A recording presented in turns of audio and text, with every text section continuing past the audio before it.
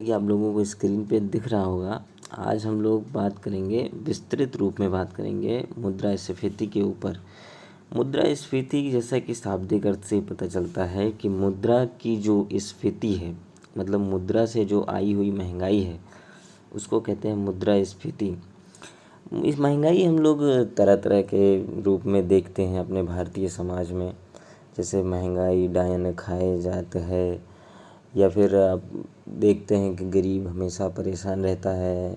टमाटर महंगा हो गया, आलू महंगा हो गया, कभी कार महंगा हो गया, कभी टीवी इलेक्ट्रॉनिक्स महंगा हो गया, कभी सीमेंट स्टील महंगे हो गए।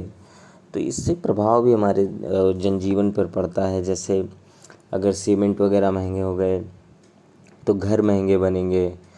अगर खाद्य पदार्थ महंगे हो गए तो हमें भोजन में कमी करनी पड़ेगी। जैसे अभी हाल के वर्णन करूँ तो कभी प्याज महंगा हो जाता है, टमाटर लगभग 100 गुना या 150 गुना लगभग महंगा हुआ था। तो इस तरह की महंगाई हमारे लिए बहुत नुकसानदेह हो सकती है। और जैसे कि हम लोग बात कर रहे हैं कि महंगाई की, तो महंगाई में देखिए कमोडिटी इन्फ्लेशन, जैसे कि कॉपर निकल वगैरह की वजह से भी महंगाई बढ़ जाती है। सप्लाई चेन में चाइना जो है मुख्य भागीदार है, और अगर चाइना किसी वजह से किसी टेंशन का सामना कर रहा है तो वो महंगाई और उसका टेंशन हमारा टेंशन हो जाता है। क्योंकि ग्लोबलाइजेशन के दौर में वैश्वीकरण जब से हुआ है, 1991 में भारत में हुआ है, तो इसका मतलब ये होता है कि सिर्फ पूरे विश्व को जोड़ना नहीं होता है, पूरे विश्व की समस्या हमारी समस्या हो जाती है, पूरे विश्व की खुशहाली हमारी खुशहाली हो जाती है। तो इस तरह से इन्फ्लेशन को टैकल करते हैं हम लोग। तो आइए देखते हैं क्या है इन्फ्लेशन। जैसे कि आयात यदि बढ़ता है तो घरेलू महंगाई बढ़ जाएगा, क्योंकि आयात यदि बढ़ेगा तो हम लोग आयात करेंगे तो फॉरेक्स होता है, एक फॉरेन रिज़र्व कहते हैं उसको। इस समय भारत का लगभग 600 या 700 बिलियन डॉलर जो भी हो, कम ज़्यादा होते रहते हैं, क्योंकि जब निर्यात हमारा बढ़ता है तो हमारे फॉरेक्स में वृद्धि होती है, और आयात हमारा जब बढ़ता है तो फॉरेक्स में कमी होती है। इस तरह से जो ये दिख रहा है कि आयात बढ़ेगा तो महंगाई बढ़ेगी, और महंगाई होगी तो रुपए की वैल्यू जो है गिर जाएगी। जैसे कि हम लोग जानते हैं, जब डॉलर हम लोग दे देंगे तो रुपए की अधिकता हो जाएगी, और जैसा कि आप सभी लोग जानते हो, जिस चीज़ की अधिकता होती है उसकी वैल्यू कम होती है।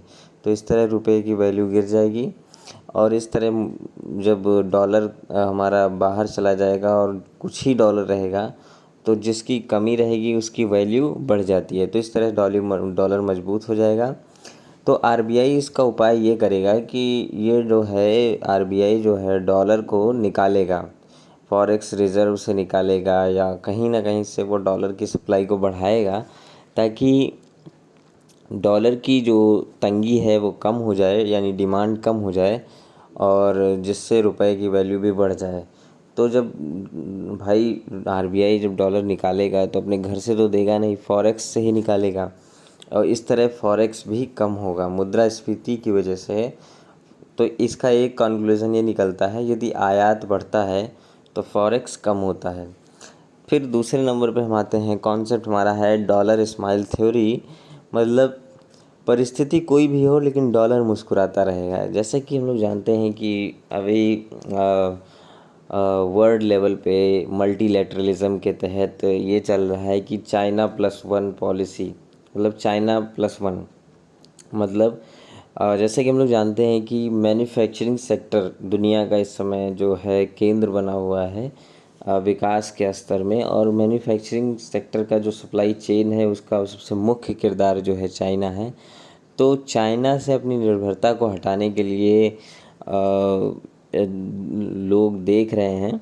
और जैसे कि बिल्कुल ठीक इसी प्रकार से यूएसए के डॉलर पे पूरा विश्व निर्भर है। अगर डॉलर को कुछ हुआ तो पूरे विश्व की जो अर्थव्यवस्था है वो प्रभावित होती है। तो इस तरह से रसिया हुआ और चाइना हुआ, और कुछ रसियन कंट्रीज़, और चाइना जो कि समय समय पर अपने दोस्त बदलता रहता है, तो उनके जो सानिध्य में हैं उन लोगों के साथ मिलकर ये लोग $+1 नीति अपना रहे हैं कि मतलब डॉलर के अलावा भी कोई जो करेंसी है वो चलाया जाए। जैसे कि हम लोग जानते हैं चाइना इस समय कुछ देशों से ये बात कर रहा है कि साउथ कोरिया वगैरह से शायद अपने निर्यात या आयात के लिए वो येन को यूज़ करने को जोर डाल रहा है। यानी जो चाइना से ही व्यापार करेगा वो उसकी ही करेंसी में व्यापार करेगा। तो इस तरह से भाई देखिए, मजबूरी तो ये है कि चाइना पूरे वर्ल्ड का सप्लाई चेन है, और मजबूरी ये है कि डॉलर पूरे वर्ल्ड में फेमस है। तो चाइना से सामान ख़रीदना है तो डॉलर को बाय बाय कहना है, ठीक है। तो इस तरह से ये जो $+1 नीति जो है प्रभावी रूप से सामने आ रही है। और ये स्माइल थ्योरी ये है कि डॉलर डिमांड जैसे बढ़ेगा, जैसे मान लीजिए कि बहुत ऊंचा है डॉलर डिमांड तो इकोनॉमिक ग्रोथ कम है, और यदि डॉलर डिमांड घटेगा तो इकोनॉमिक ग्रोथ बढ़ेगा। फिर उसके बाद चाहे डॉलर डिमांड बढ़ जाए फिर भी इकोनॉमिक ग्रोथ बढ़ा ही रहेगा। तो इस तरह से डॉलर स्माइल थ्योरी आप लोगों को दिख रहा होगा फिगर में। फिर उसके बाद मुद्रास्फीति जो है निर्यात से कैसे बनती है। जैसे निर्यात किया, ठीक है, तो मनी सप्लाई बढ़ गई अपने भारत में। जैसे कि जब डॉलर आएगा भाई और तो उसकी वजह से मनी सप्लाई बढ़ जाएगा, तो इस तरह से उपभोग भी बढ़ जाएगा, कंजम्पशन। जो कि कंजम्पशन की बात आ रही है तो मैं आपको बताऊं कि भारत में जो है जीडीपी बराबर C+I+G+ इंपोर्ट माइनस एक्सपोर्ट होता है।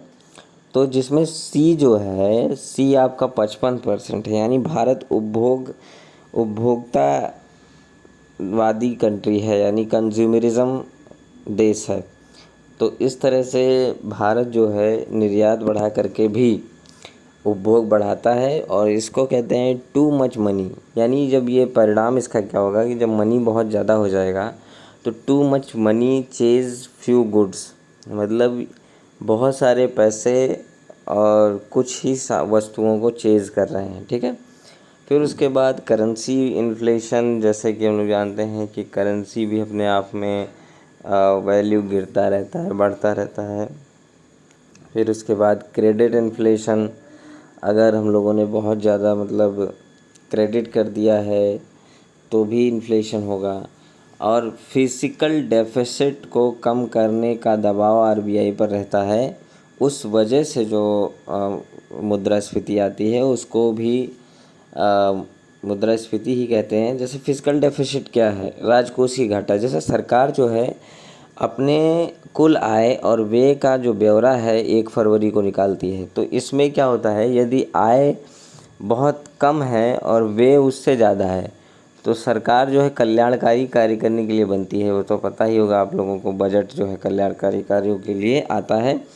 तो इस तरह से सरकार भाई फिजिकल डेफिसिट करेगी ही, और घाटे का ही बजट बनाती है हर साल। तो आरबीआई के ऊपर ये दारोमदार रहता है कि how to reduce the physical deficit of the government, okay. तो सरकार के ऊपर ये दारोमदार रहता है कि फिजिकल डेफिसिट को कैसे कम किया जाए। फिर आगे बढ़ते हैं कि supply side inflation. Supply side inflation क्या होता है कि जैसे मान लीजिए कि मैं किसी चीज़ का आयात निर्यात कर रहा हूँ, ठीक है। तो उसमें मान लीजिए किसी चीज़ का मैंने सप्लाई किया, और मान लीजिए कि मैं पहले पेंसिल बनाता था तो ग्रेफाइट 1 रुपये का लेकर आता था, वही ग्रेफाइट अब 1.5 रुपये का हो गया। मान लीजिए लकड़ी जो मैं 2 रुपये का लेकर आता था वही लकड़ी 4 रुपये का हो गया। तो इस तरह से मैं मैन्युफैक्चरिंग करूँगा तो मशीन वगैरह का यूज़ करके, और मान लीजिए मेरा कुल मिला के 4 रुपये का पेंसिल हो गया, ठीक है। अब मैं जब तक इसको 4.5 में ना बेचूं तो मेरे लिए क्या ही मतलब है पेंसिल बनाने का। तो इस तरह से जो है, जब भाई मुझे जो रॉ मटेरियल है यानी जो कच्चे सामग्री है वही मुझे महंगा मिला तो मैं उसको महंगा बेचूंगा।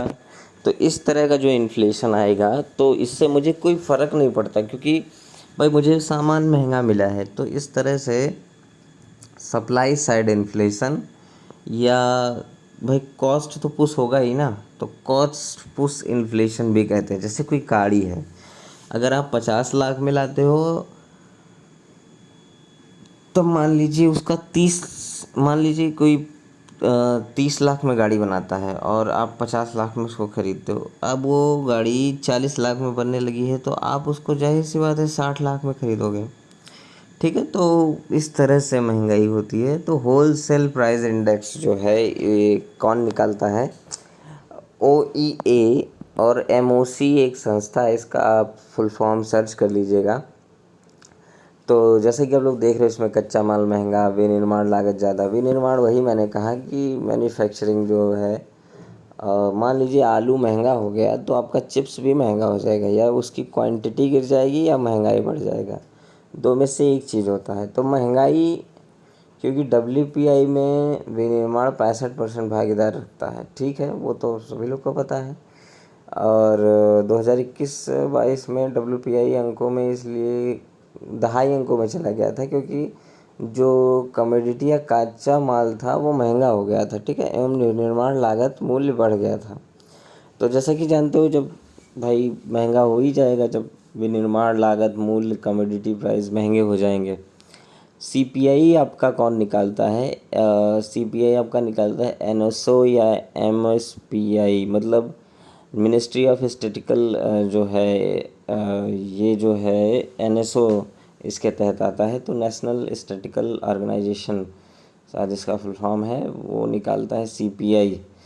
तो ये जो है, इसका मुद्रास्फीति का एक बेस ईयर भी होता है। 1995 में मूल्य स्तर के बजाय 2011, क्योंकि मूल्य स्तर बढ़ गया, ठीक है। अब इस समय बेस ईयर आपका 2011 चल रहा है। अभी बात चल ही रही है कि इसको जल्द से जल्द बदला जाए, क्योंकि 2011 पास हुए बहुत टाइम हो गया। अब GDP में वास्तविक ग्रोथ अर्थात GDP बढ़ोतरी में मुद्रास्फीति का क्या रोल है? ठीक है, ये बहुत बड़ा इसमें एक कॉन्सेप्ट है। मुद्रास्फीति बढ़ेगी तो GDP भी बढ़ता है। अब आगे समझेंगे हम लोग, क्योंकि मुद्रास्फीति बढ़ने से लोगों को रोज़गार मिलेगा, रोज़गार मिलेगा तो सैलरी मिलेगी, सैलरी मिलेगी तो लोग डिमांड करेंगे, डिमांड करेंगे तो GDP में ग्रोथ आएगा, ठीक है। अब इस तरह से हम लोग आगे बढ़ते हैं। जैसे कि आप लोग देख रहे हो कि मुद्रास्फीति एक कीमत स्तर के बारे में बात करेंगे कि चयनित वस्तुओं, विशेष रूप से आवश्यक वस्तुओं के कीमत स्तर में बढ़ोतरी। कुछ मतलब सिलेक्टेड गुड्स होती हैं और उनके कीमत स्तर, मतलब ये प्राइस, जैसे ये नहीं होता है कि आज 2 रुपये, कल 1 रुपया, कल 4 रुपये, ये कीमत स्तर चलता है। जैसे कि 3 रहेगा तो कभी 3.5 हो जाएगा, कभी 2.5 हो जाएगा, फिर 3.5, फिर 2.5, ये एक लेवल होता है, लेवल ऑफ प्राइस। तो इस तरह से कीमत स्तर में जब बदलाव आता है तो इसको मुद्रास्फीति कहते हैं। इसमें 3 तरह के मतलब सूचकांक होते हैं: CPI, WPI, PPP, यानी प्रोडक्शन प्राइस और इंडेक्स। इसको ये भी कहते हैं शायद परचेजिंग पावर पैरिटी, ये होता है। महंगाई मापन के लिए उपयुक्त विधि है ये सब। और WPI में जैसा कि आप लोग देख रहे हैं, प्राइमरी आर्टिकल 22% और आपका पेट्रोल हो गया 13%, और सबसे ज़्यादा जो मैटर करता है मैन्युफैक्चरिंग सेक्टर 65%। CPI में आपका फूड एंड बीवरेज जो है 45% होता है, तंबाकू 2% और फ्यूल 6.8%। जो कि CPI जो है रूरल और अर्बन दोनों होता है। और फूड बीवरेजेस मतलब जैसे कि कोल्ड ड्रिंक्स हो गया, ये सब आपका चिप्स वगैरह हो गया, तो ये सब लोग ज़्यादा कंज्यूम करते हैं, इसलिए CPI is more important then WPI, okay. अब हम लोग ये कुछ ग्राफ्स की बात करेंगे, थोड़ा मतलब टफ लगेगा आपको, लेकिन इसमें सीधी सीधी बात है कि जो डिमांड पुल या कॉस्ट पुश इन्फ्लेशन दिख रहा है आपको, इसमें क्या होगा कि जो AD2 है, AD है वो समग्र मांग है, और AD2 जो है समग्र मांग को फिर से ऊपर कर दिया गया, जिससे प्राइस लेवल बढ़ गया, आपको दिख रहा होगा, ठीक है। और नीचे वाला देखिए, ये जो AS1 है और AS2 है, कीमत स्तर देख रहे हैं आप लोग, GDP देख रहे हैं, तो AS1 के बाईं तरफ जो AS2 है ये प्राइस लेवल को बढ़ा रहा है, अर्थात जब या तो आपूर्ति जो है आपकी वो बाईं तरफ खसक जाए या जो डिमांड है आपका वो दाईं दाईं तरफ आ जाए, तो इस तरह से आपका जो प्राइस लेवल है वो बढ़ जाएगा। दोनों ही सूरतों में प्राइस लेवल बढ़ रहा है, ठीक है। अब हम लोग बात करेंगे कि भारत में महंगाई क्यों। आपूर्ति संबंधी बाधा, सप्लाई चेन, जैसे मान लीजिए ट्रकें नहीं आ पा रही हैं, या सिलीगुड़ी गलियारा, मान लीजिए सिलीगुड़ी गलियारा कभी कभी नॉर्थ ईस्ट में महंगा इसलिए सामान हो जाता है क्योंकि वो वहाँ सामान जल्दी पहुँच नहीं पाता है। कच्चे तेल की ऊंची कीमत, जैसे मान लीजिए गल्फ़ क्राइसिस हो गया या गल्फ़ कंट्रीज़ ने अपने आपस में झगड़ा कर लिया, ये सब होने पर भी कच्चे तेल की दाम बढ़ जाती है। या सुएज नहर या सुएज कैनाल जो कि शॉर्टेस्ट रूट है व्यापार करने का, वो प्रॉब्लम में है। मतलब वहाँ अगर जाम लग गया, पेट्रोल डीजल कर बढ़ गया तो फिर उसकी आपूर्ति कम हो जाएगी। खाद्य वस्तुओं की उच्च कीमत, तरलता का उच्च स्तर, जैसे कि तरलता मतलब ये होता है कि मनी फ्लो, अगर भारत में बहुत ज़्यादा मनी फ्लो हो गया तो भी महंगाई बढ़ जाएगी। CPI में क्या होता है, वस्तु एवं सेवा पर ही देखते हैं, और WPI जो आपका है थोक मूल्य के ऊपर है, कि उपभोक्ता मूल्य का औसत क्रय शक्ति की जानकारी मिलती है। जैसे CPI है जो है परचेजिंग पावर की जानकारी हमारा CPI से मिलता है, और CPI और हेडलाइन इन्फ्लेशन होता है। जैसे हेडलाइन इन्फ्लेशन वो होता है जिसमें मान लीजिए कि CPI में से अगर हम फूड और फ्यूल हटा दें तो ये जो है कोर इन्फ्लेशन आ जाएगा। तो जैसे कि हम लोग जानते हैं कि CPI भी अगर इसको प्रिसाइज करना है तो फूड और फ्यूल निकाल दीजिए तो हेडलाइन आ जाएगा। तो जैसे कि हम लोग जानते हैं कि क्या है कि फूड और फ्यूल दो ऐसे चीज़ हैं जो हमेशा मतलब भारत के मुद्रास्फीति को बहुत ही ज़्यादा रेगुलेट करते हैं। आप लोग जानते हैं कि तेल हम लोग बहुत कंज्यूम करते हैं क्योंकि हम लोग की अर्थव्यवस्था बहुत ज़्यादा है, हमारा कृषि प्रधान देश है, इसलिए हम लोग खेती बाड़ी में भी फ्यूल का प्रयोग करते हैं। और हमारी जनसंख्या जो है युवा जनसंख्या है, हम लोग औद्योगिक विकास भी कर रहे हैं, तो इसलिए हमें ईंधन की आवश्यकता सबसे ज़्यादा पड़ती है और इसलिए हमारा कंजम्पशन भी इसका ज़्यादा है। तो इसलिए हम लोग फूड और फ्यूल पर भी अलग से ही अपना कुछ रिपोर्ट्स वगैरह प्रस्तुत करते रहते हैं। अब हम लोग बात करेंगे कि महंगाई के कारण क्या है। महंगाई के कारण जो है डिमांड साइड से अगर महंगाई की बात करें तो क्रय शक्ति का बढ़ना। जैसे कि क्रय शक्ति कब बढ़ती है, या तो किसी का जॉब लग जाए, वेतन आने लगे, या तो कर कम हो जाए, यानी जैसे टैक्स जो है, अगर हम किसी को 50,000 की सैलरी दे रहे हैं और उसका 10,000 का टैक्स काट रहे हैं तो उसके पास 40,000 बच रहा है।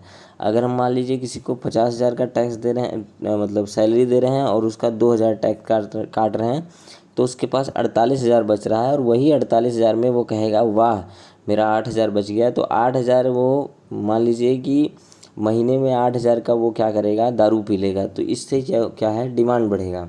और ब्याज दर हम कम कर देते हैं तो भी मतलब महंगाई बढ़ेगी, क्योंकि ब्याज दरें जब कम होती हैं तो लोग फिक्स डिपॉजिट करना बंद कर देते हैं, बजाय इसके वो कार खरीदते हैं, घर खरीदते हैं, तो डिमांड जनरेट होता है। तो इस तरह से डिमांड साइड महंगाई के बारे में ये था। जनसंख्या भी बढ़ेगा तो डिमांड साइड महंगाई होगी ही, क्योंकि जितनी जनसंख्या बढ़ेगी, अगर वो लोग मान लीजिए 4-4 रुपए ही खा रहे हैं तो बेसिक नीड्स तो भाई सबकी होती है। जैसे कहते नहीं है, एक घर में अगर 2 परिवार है, मतलब 2 सदस्य है, 2 बच्चे हैं तो ठीक है, लेकिन अगर अगर किसी दंपत्ति के 2 से 4 बच्चे हो जाएं तो उनका जो है एक्सपेंडिचर भी बढ़ जाता है। तो इस तरह से मुद्रास्फीति में ये भी कहीं ना कहीं भागीदारी है। मुद्रा आपूर्ति बढ़ जाना, जैसे क्वांटिटेटिव ईजिंग, मतलब जैसे मुद्रा आपूर्ति का मतलब ये है कि जैसे भारत सरकार या RBI जो है, अगर मुद्रास्फीति मतलब अगर जो प्रतिभूतियाँ बेचती हैं, ट्रेजरी बिल्स और गवर्नमेंट सिक्योरिटीज़ बिल जो होता है, और ये सब जो है अगर खरीदने लगे और मुद्रा बाज़ार में छोड़ने लगे तो इस वजह से भी महंगाई बढ़ जाएगी। अगर राजकोषीय घाटा बहुत ज़्यादा है, मतलब जैसे कि एमएसपी दे दिया, किसानों को डायरेक्ट बेनिफिट ट्रांसफ़र दे दिया, तो इस तरह से किसान भी डिमांड जनरेट करेंगे, कहेंगे कि वाह मुझे 6,000 रुपया महीना मिल रहा है या 10,000 रुपया महीना मिल रहा है, लाओ मैं भी कुछ खाऊं पीऊं, दारू शराब या कुछ भी गुटखा तंबाकू या कोई भी लग्जीरियस गुड्स खरीदूं। तो इस तरह से भी मुद्रा जो है महंगाई बढ़ती है।